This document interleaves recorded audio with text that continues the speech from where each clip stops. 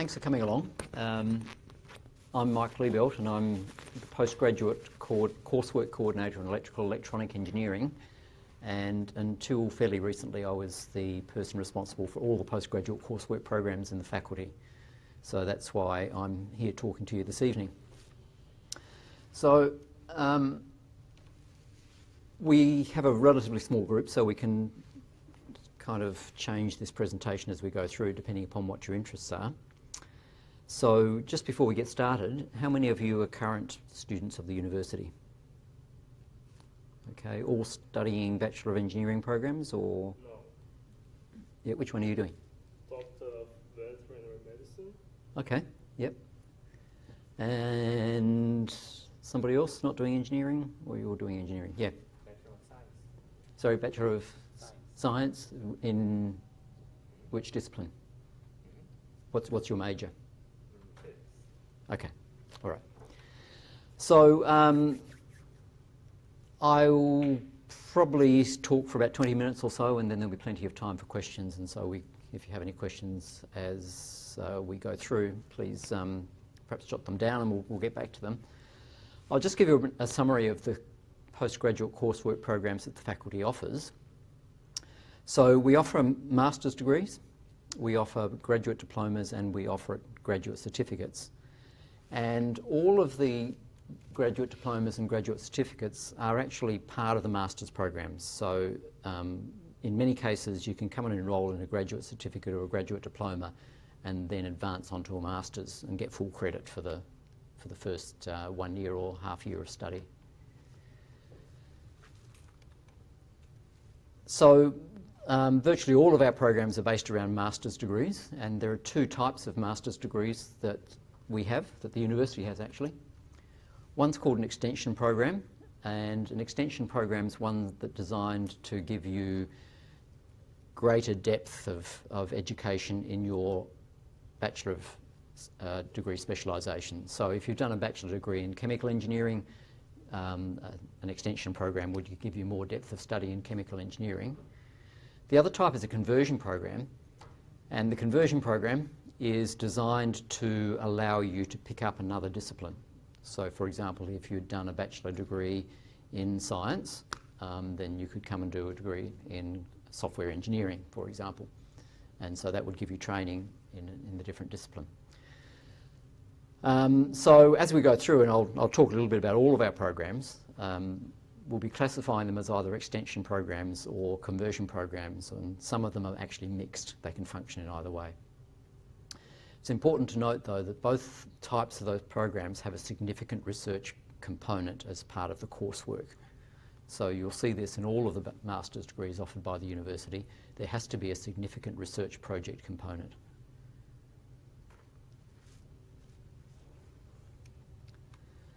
Now, first of all, let me talk about the question of why people study postgraduate coursework. And in talking to people over the years, I think there are four main reasons why they do that.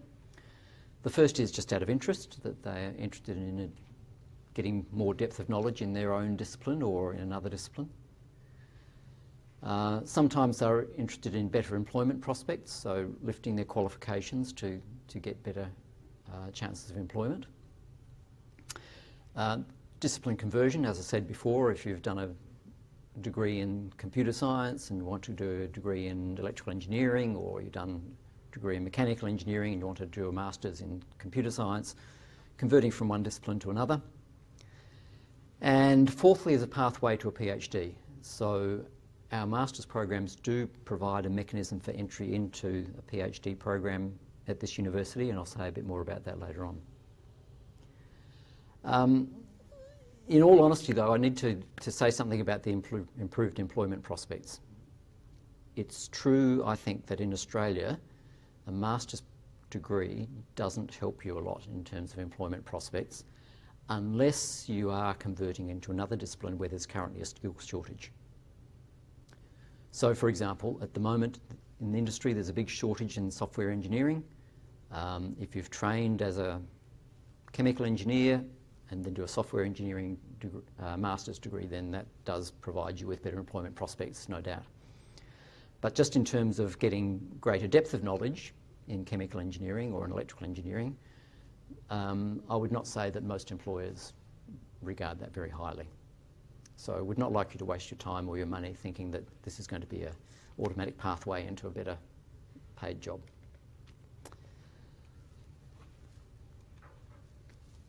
So that does bring the issue of fees. You know, it costs time and money to do these qualifications. We have one degree, which is the Master of Marine Engineering, which has Commonwealth supported places. And so if you are an Australian citizen, then you can get that funded as a HECS place. But for all of the other degrees, they require payment of full fees for both domestic and for international students. All right, so significant fees apply here.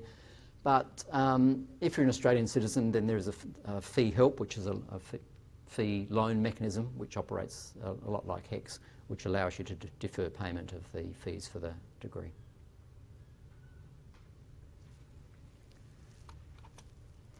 So let me quickly just run through a few tables which summarise all of the degrees that we have on offer. By far the biggest number of enrolments we get is in the Master of Engineering suite of programs. And we have 9 different specialisations there in aerospace, chemical, civil and structural, civil and environmental, electrical, electronic, mechanical, mechatronic and mining engineering. So these are broadly based upon the Bachelor of Engineering degrees, and they provide greater specialisation in those disciplines. So for those of you who are currently enrolled in Bachelor of Engineering degrees, you'll recognise some of those names, and they do provide an opportunity to get more depth of knowledge there. So these are actually what we can call a mixed master's degree. They can function both as an extension program or as a conversion program. Basically it's a 2-year degree, and you need a Bachelor of Engineering in a related discipline to get into that master's degree. But if you've done a Bachelor of Engineering in electronic engineering, for example, you could go into a mechatronic engineering master's degree and so do a conversion into a mechatronic discipline. Or likewise, if you've done a mechatronic degree, then you could do a Master of Engineering in electronic engineering. And so if you've done a bachelor degree in a close discipline, then you can change your discipline through this Master of Engineering degree. But mainly it's intended for you to get greater depth of knowledge in your chosen discipline. Now, it's set up so that you can get up to 1 year of credit. So you can reduce the length of study from 2 years down to 1. If you have already got a bachelor's degree in a closely related discipline and it's an honours degree and it's accredited under the Washington Accord. So for those of you who are doing Bachelor of Engineering degrees here now, once you graduate excuse me, with your honours degree, it means that you will probably be eligible for up to a year's worth of credit into this master's program. So it would probably take you just a year to complete the program. Now I say probably because it does depend a little bit on exactly what you've done and which electives you've chosen and so on, but we can talk to you in greater detail about that if you want.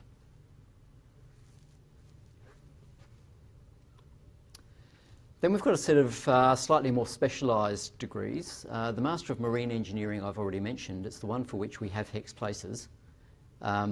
It's a conversion degree, but it's one that has to be based on essentially an electrical or a mechanical engineering degree. So you need a Bachelor of Engineering in electrical or mechanical or equivalent experience in the workforce. And that then allows you to get a qualification in marine engineering. A 1.5 year program, and it is partly taught by our associates at the Australian or ASC, the Australian Submarine Corporation.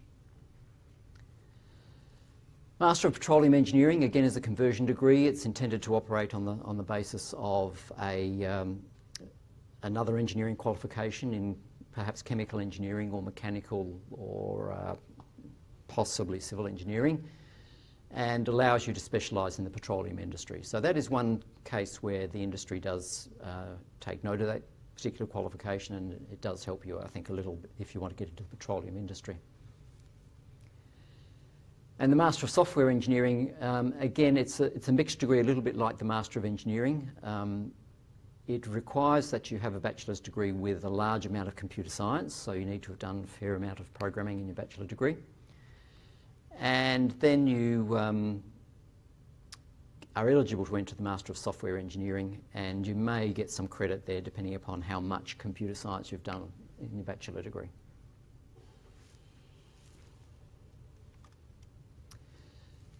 Then these two are even more specialised. So the Master of Geostatistics is definitely an extension master. It's designed to have designed for people who have done a bachelor degree in engineering, in civil engineering, or perhaps mining engineering, or perhaps petroleum engineering in the resources sector. And it's particularly about the discipline of geostatistics, which is the application of advanced mathematical techniques into modelling geological structures and to working out where there are going to be useful deposits of minerals and hydrocarbon resources. And the Master of Science in Petroleum Geoscience, again, is particularly focused on the petroleum industry. It's about the science and engineering that we apply to the discovery of petroleum resources. It does require a Bachelor of Science or a Bachelor of Engineering in a closely related discipline like civil engineering or mining, or perhaps in geology or geoscience. It's a one-year extension masters and quite specialised coursework there.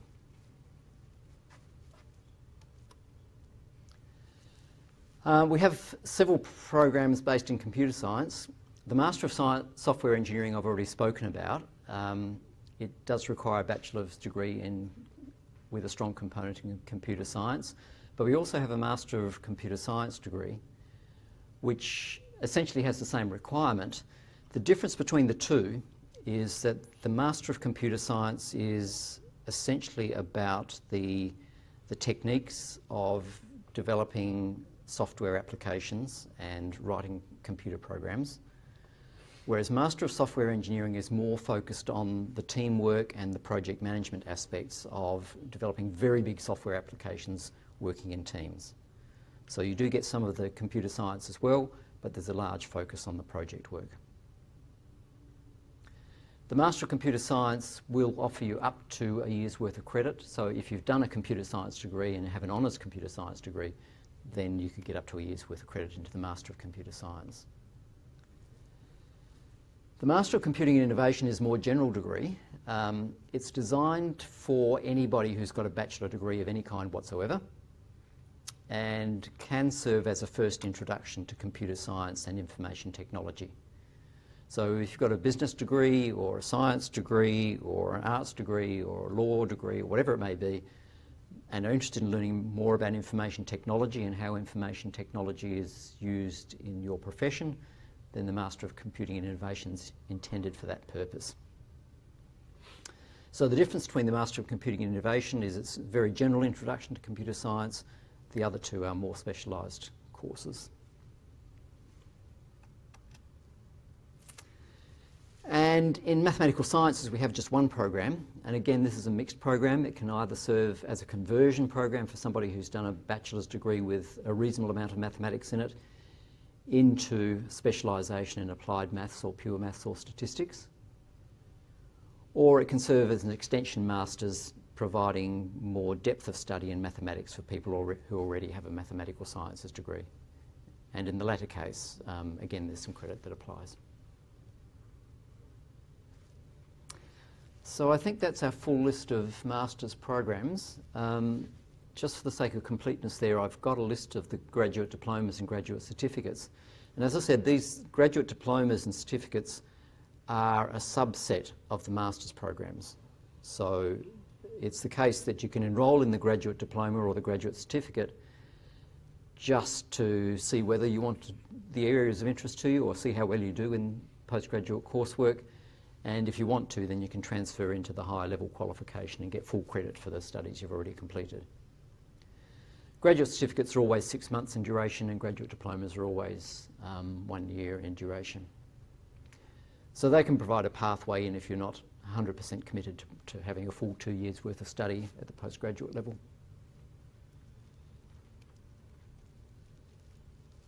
And then finally, this question of whether or not you can transfer into a PhD,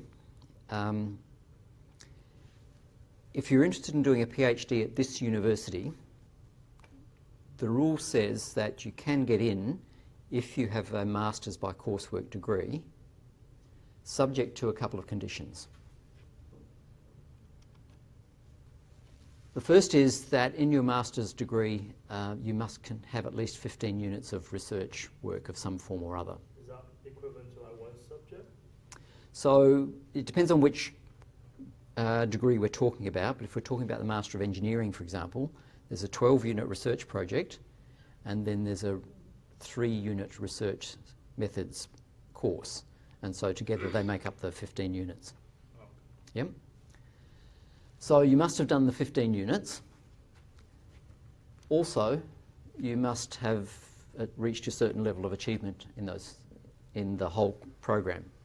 So you need to get a GPA of at least 5 for the Masters by Coursework, for your Masters of Coursework studies, so that's credit level. And secondly, you must also have got a higher level of achievement in the research project. So you need to get at least this distinction in the research, 15 units of research for the master's degree. So if you're interested in doing a master's degree as a pathway into a PhD, that's the level of performance you need to be thinking about. That means you're qualified for entry to the PhD. It doesn't necessarily mean you'll get into the PhD, because to get into a PhD you also need the agreement of a supervisor who's prepared to supervise you on the particular research topic. All right, so that's about qualification for entry.